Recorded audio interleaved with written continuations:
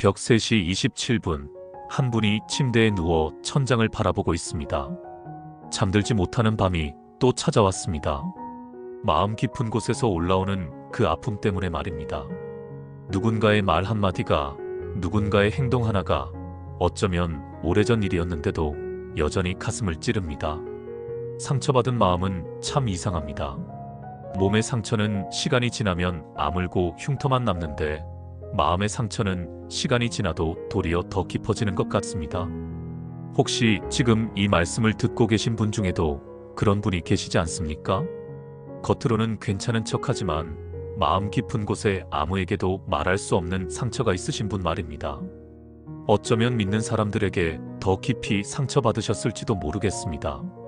교회에서, 가족에게서, 믿었던 사람에게서 받은 그 배신감과 실망감 말입니다.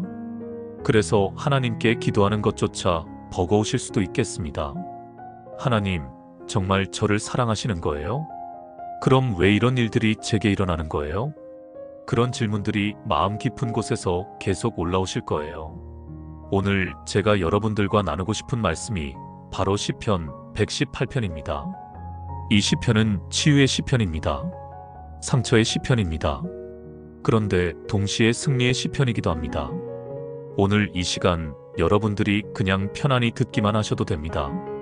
누워서 들으셔도 되고 가만히 앉아서 들으셔도 됩니다. 아무것도 하실 필요 없습니다. 그냥 하나님의 음성에 마음을 여시기만 하시면 됩니다. 시편 118편이 여러분의 상처 깊은 곳까지 스며들어가서 치유의 역사가 일어날 것입니다. 상처받은 마음에 하나님의 사랑이 부어질 것입니다. 절망의 자리에 소망이 심어질 것입니다. 오늘 이 7가지 말씀을 통해서 여러분의 내면 깊은 곳까지 하나님의 치유하심이 임하시기를 주님의 이름으로 축복합니다. 상처받은 마음에 가장 어려운 일이 무엇인지 아십니까? 바로 감사하는 일입니다. 고통 중에 있을 때, 상처 중에 있을 때 감사하세요라는 말만큼 듣기 싫은 말이 없습니다. 뭘 감사하라는 거야? 내가 지금 어떤 상황인지나 알고 하는 소리야? 그런 마음이 드시는 것 당연합니다. 하지만 시편 118편 1절 말씀을 보십시오. 여호와께 감사하라. 그는 선하시며 그 인자하심이 영원하미로다. 여기서 다윗이 말하는 감사는 상황에 대한 감사가 아닙니다. 하나님의 선하심에 대한 감사입니다. 하나님의 인자하심에 대한 감사입니다. 상황은 절망적이어도 하나님은 여전히 선하시다는 고백입니다. 환경은 어려워도 하나님의 인자하심은 영원하다는 선언입니다. 이것이 치유의 첫 번째 단계입니다. 지금 당장 여러분의 상황을 감사하라는 게 아닙니다. 그 상황 속에서도 변하지 않으시는 하나님의 본성을 인정하는 것입니다. 제가 목회하면서 만난 한 권사님의 이야기를 나눠드리겠습니다. 50대 중반의 그 권사님은 남편의 사업 실패로 평생 모은 재산을 모두 잃었습니다. 더 큰 상처는 그 과정에서 믿었던 교회 분들이 하나둘 떠나가는 것을 보는 일이었습니다. 목사님, 하나님이 정말 선하시다면 왜 제게 이런 일이 일어났을까요? 그렇게 물으시더군요. 그때 제가 이 말씀을 나누었습니다. 권사님, 하나님의 선하심은 우리 상황으로 판단하는 것이 아니라 하나님의 본성으로 판단하는 것입니다. 처음에는 받아들이기 어려워하셨습니다. 하지만 매일 이 말씀으로 기도하기 시작하셨습니다. 하나님, 지금 제 상황은 이해할 수 없지만 하나님은 선하시다는 것을 믿습니다. 하나님의 인자하심이 영원하다는 것을 고백합니다. 3개월이 지나면서 권사님의 얼굴이 달라지기 시작했습니다. 상황은 여전히 어려웠지만 마음에 평안이 찾아왔다고 하시더군요. 그리고 6개월 후에는 이렇게 간증하셨습니다. 목사님, 이제 알겠어요. 하나님의 선하심은 제 상황과 상관없이 항상 동일하시다는 것을요. 사랑하는 여러분, 지금 여러분이 어떤 상처 가운데 있든지 이것만은 기억하십시오. 하나님은 선하십니다. 여러분의 상황이 어떻든지 하나님의 인자하심은 영원합니다. 이것을 고백하는 순간부터 치유가 시작됩니다. 이것이 첫 번째 치유의 비밀입니다. 상처받은 사람들이 가장 많이 하는 질문이 있습니다. 하나님이 정말 나를 사랑하시는 걸까? 내가 정말 구원받은 걸까? 이런 일들이 일어나는 걸 보면 하나님이 나를 버리신 건 아닐까? 특히 깊은 상처를 받으면 받을수록 이런 의심들이 더 크게 다가옵니다. 그럴 때마다 시편 118편 14절 말씀이 우리에게 확신을 줍니다. 여호와는 나의 힘이요 노래시니 그가 나의 구원이 되셨도다. 여기서 중요한 것은 되셨도다라는 표현입니다. 완료형입니다. 이미 끝난 일입니다. 하나님이 나의 구원이 되실 것이다가 아니라 이미 되셨다는 것입니다. 우리가 상처받고 있다고 해서 우리의 구원이 취소되는 것이 아닙니다. 우리가 실수하고 넘어진다고 해서 하나님의 사랑이 줄어드는 것이 아닙니다. 구원은 우리의 행위나 상황에 달린 것이 아니라 하나님의 은혜에 달린 것이기 때문입니다. 제가 상담했던 한 청년의 이야기입니다. 대학교 2학년이었는데 학교에서 심한 왕따를 당하고 있었습니다. 믿는 집안에서 자란 아이였는데 그 상황이 너무 힘들어서 신앙에 대한 의심이 들기 시작했습니다. 목사님, 제가 정말 구원받은 게 맞나요? 하나님이 저를 사랑하신다면 왜 이런 일이 계속 일어나는 건가요? 그 청년에게도 이 말씀을 나누어 주었습니다. 하나님은 내 힘이야. 하나님이 너의 구원이 되셨어. 이미 끝난 일이야. 내 상황이 어떻든 내가 어떤 기분이든 이것만은 변하지 않아. 처음에는 머리로만 이해하려고 했습니다.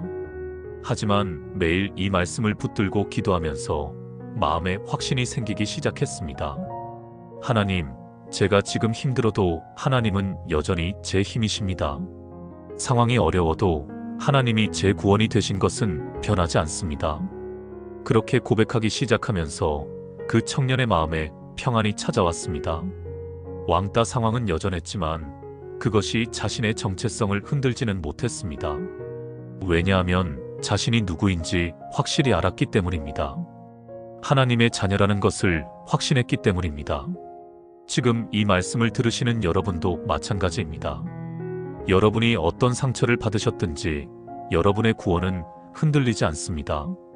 하나님이 여러분의 힘이 되시는 것은 변하지 않습니다.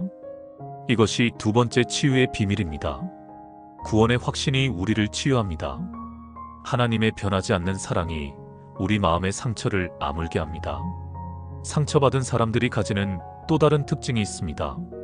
바로 무력감입니다. 내가 뭘 해봤자 소용없어.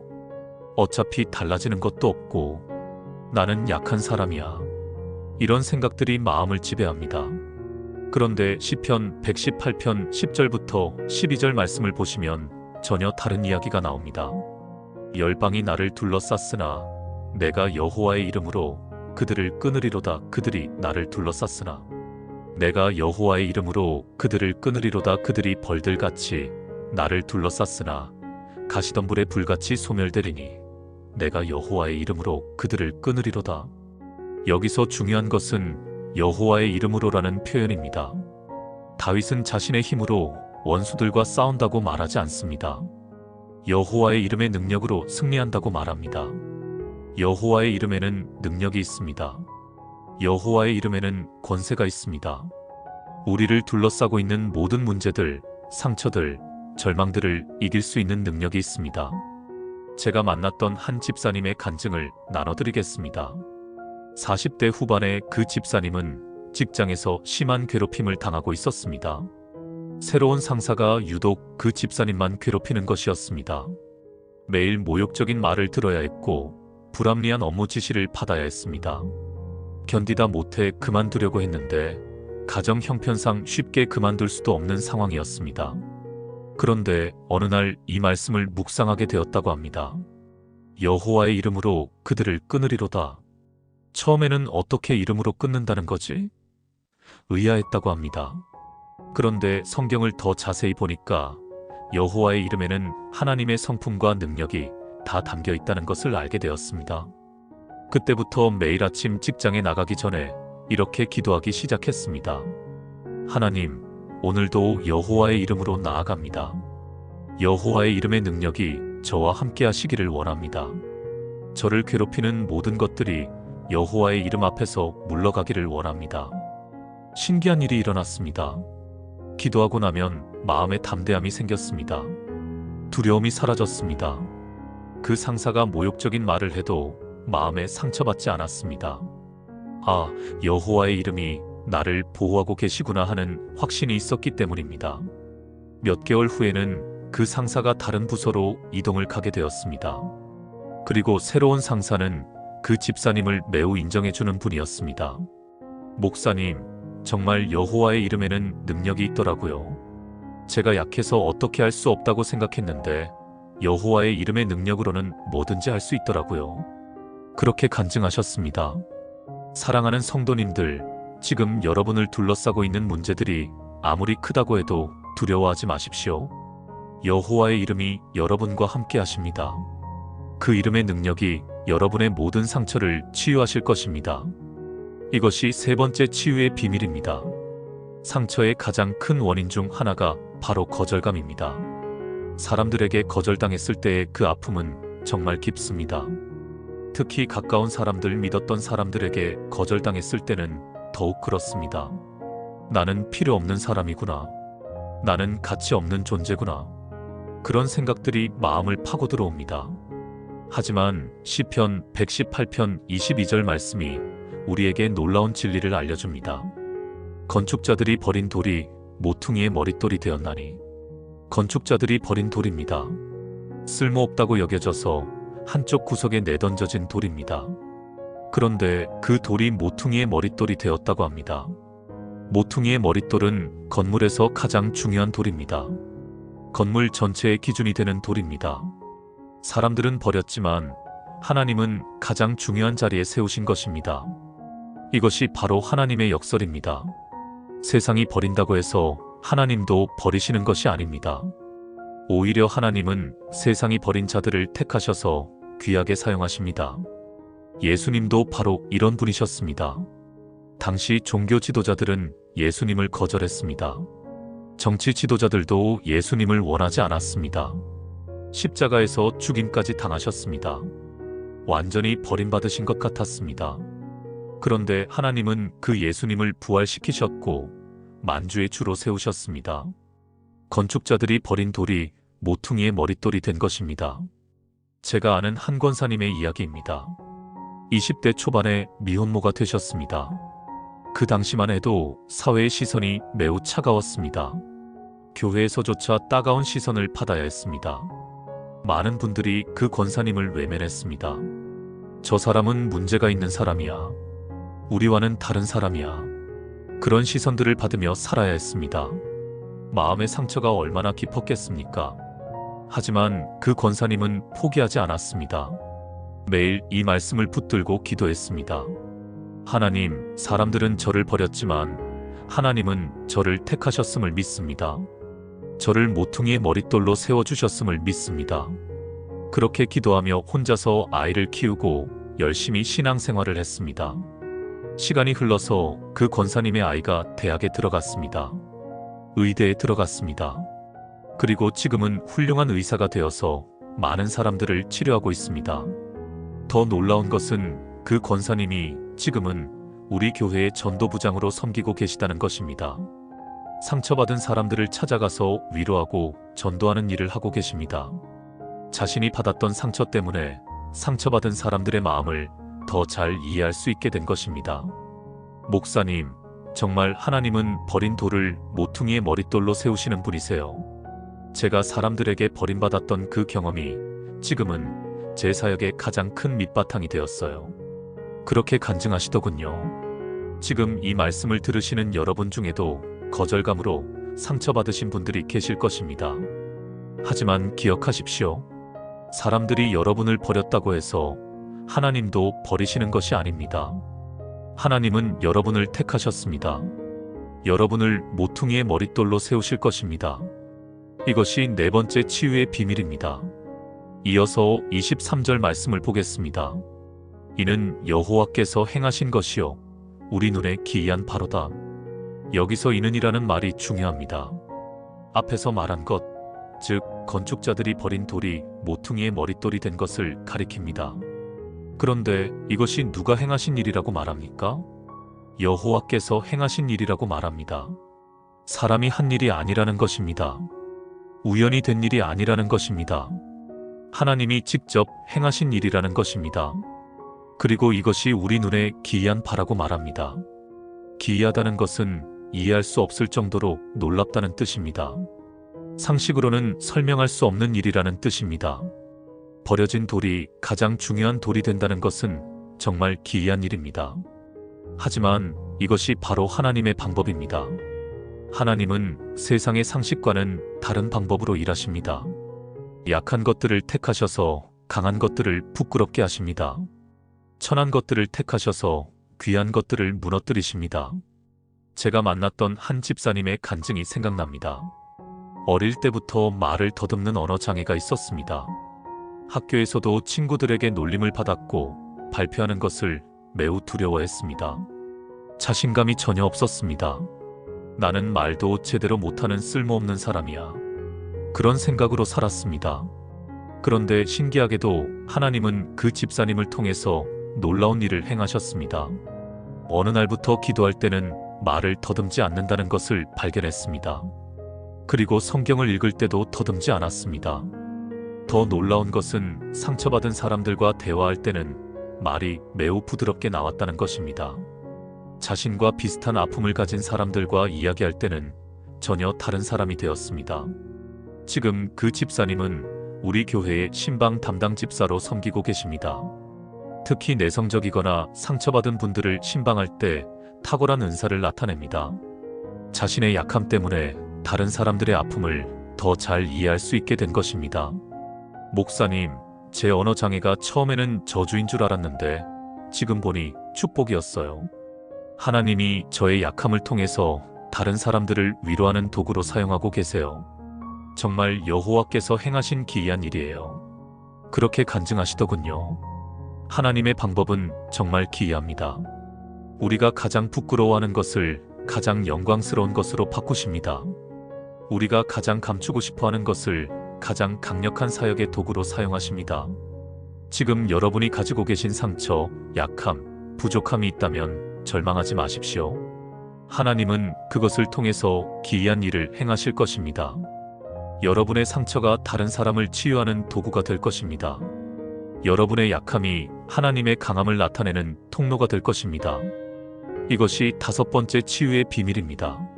시편 118편 24절 말씀입니다. 이날은 여호와께서 정하신 것이라 이날에 우리가 즐거워하며 기뻐하리로다. 이 날이라는 표현에 주목해 보십시오. 어떤 날을 말하는 것일까요? 바로 앞 구절과 연결해서 보면 건축자들이 버린 돌이 모퉁이의 머릿돌이 된 그날을 말하는 것입니다. 하나님이 기이한 일을 행하신 그날을 말하는 것입니다. 그런데 더 깊이 생각해보면 이날은 바로 오늘을 말하는 것입니다. 지금 여러분이 살고 있는 바로 이날을 말하는 것입니다. 상처받은 분들에게는 모든 날이 괴로운 날처럼 느껴집니다. 오늘도 또 힘든 하루가 시작되는구나. 언제까지 이런 날들이 계속될까? 그런 마음으로 하루를 시작하곤 합니다. 하지만 하나님의 관점에서는 다릅니다. 오늘도 하나님이 정하신 날입니다. 오늘도 하나님이 기이한 일을 행하실 날입니다. 오늘도 즐거워하며 기뻐할 날입니다. 물론 상황이 즐겁지 않을 수 있습니다. 환경이 기쁘지 않을 수 있습니다. 하지만 하나님이 정하신 날이라는 것 자체가 기쁨의 이유가 됩니다. 제가 아는 한 권사님의 이야기입니다. 유방암 진단을 받으셨습니다. 처음에는 절망에 빠졌습니다. 왜 하필 나에게 이런 일이? 앞으로 어떻게 살아야 하지? 그런 생각들로 밤잠을 이루지 못했습니다. 그런데 어느 날 이 말씀을 묵상하게 되었습니다. 이 날은 여호와께서 정하신 것이라. 처음에는 받아들이기 어려웠습니다. 이런 끔찍한 날도 하나님이 정하신 날이란 말인가? 하지만 계속 묵상하면서 깨닫게 되었습니다. 하나님이 정하신 날이라는 것은 그날에 하나님의 계획과 목적이 있다는 뜻이라는 것을요. 그때부터 매일 아침 이렇게 고백하기 시작했습니다.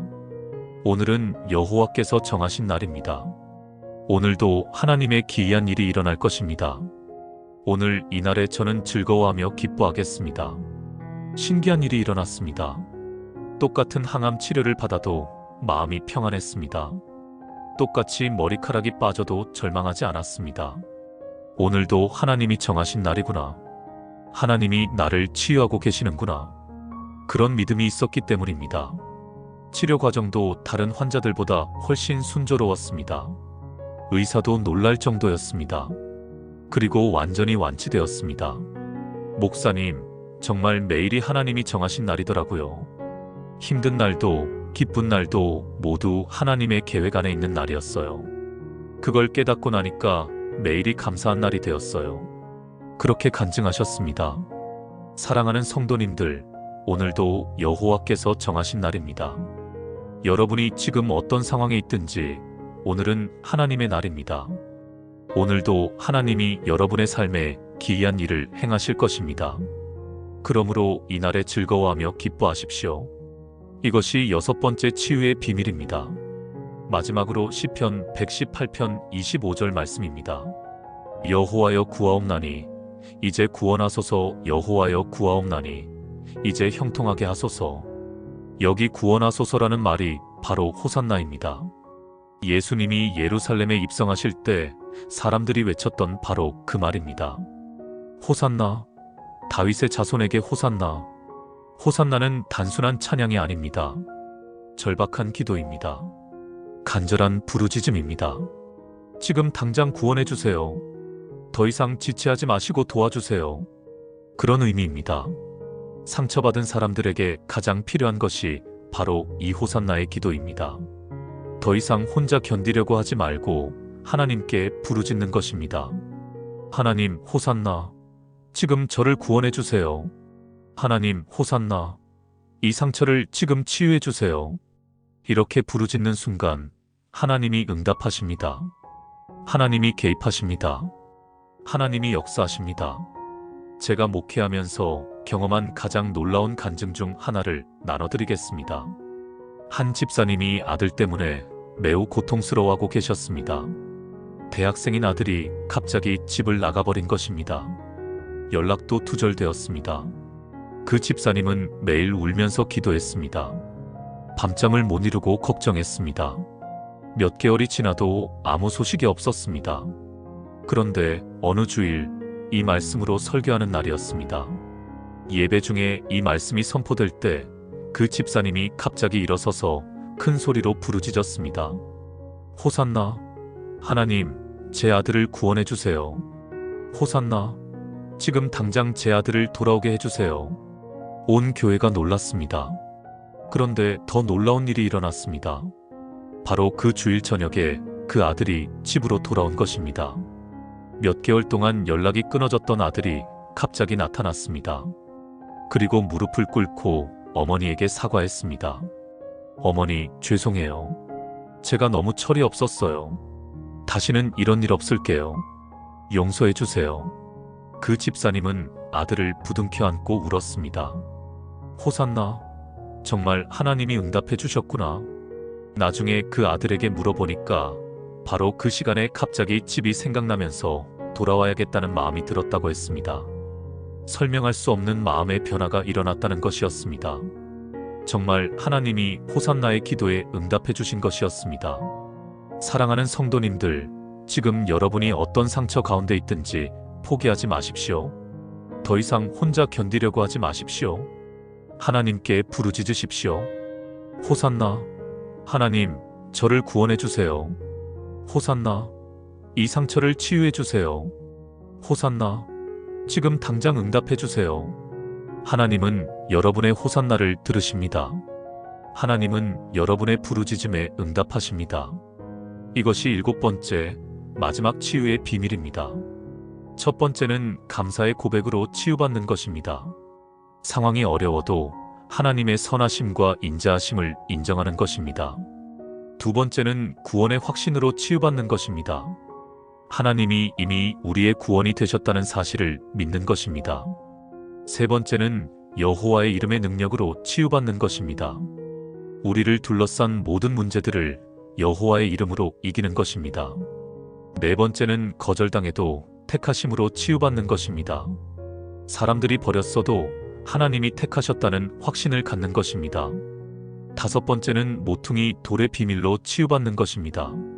하나님이 우리의 약함을 통해서 기이한 일을 행하신다는 것을 믿는 것입니다. 여섯 번째는 기쁨과 즐거움의 날로 치유받는 것입니다. 오늘도 하나님이 정하신 날이므로 즐거워하며 기뻐하는 것입니다. 일곱 번째는 호산나의 선포로 치유받는 것입니다. 하나님께 간절히 부르짖어서 응답받는 것입니다. 이 일곱 가지가 바로 시편 118편이 우리에게 주는 치유의 비밀들입니다. 여러분이 지금 당장 이 모든 것들을 다 이해하고 받아들일 필요는 없습니다. 그냥 이 말씀들이 여러분의 마음 깊은 곳에 스며들어가도록 두십시오. 하나님의 말씀에는 치유의 능력이 있습니다. 하나님의 말씀에는 회복의 능력이 있습니다. 여러분이 잠들기 전에 또는 잠에서 깰 때 이 말씀들을 다시 한번 묵상해 보십시오.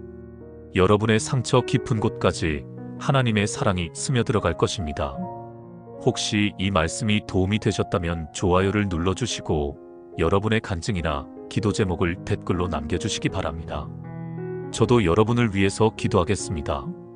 그리고 이런 말씀들이 더 많은 분들에게 전해질 수 있도록 구독과 알림 설정도 부탁드립니다. 마지막으로 여러분 모두에게 축복을 선포합니다. 시편 118편의 하나님이 여러분의 모든 상처를 치유해 주시기를 축복합니다. 여러분의 마음에 하나님의 평안과 기쁨이 충만하시기를 축복합니다. 여러분이 어디에 있든지 하나님의 사랑과 은혜가 함께 하시기를 주님의 이름으로 축복합니다. 아멘.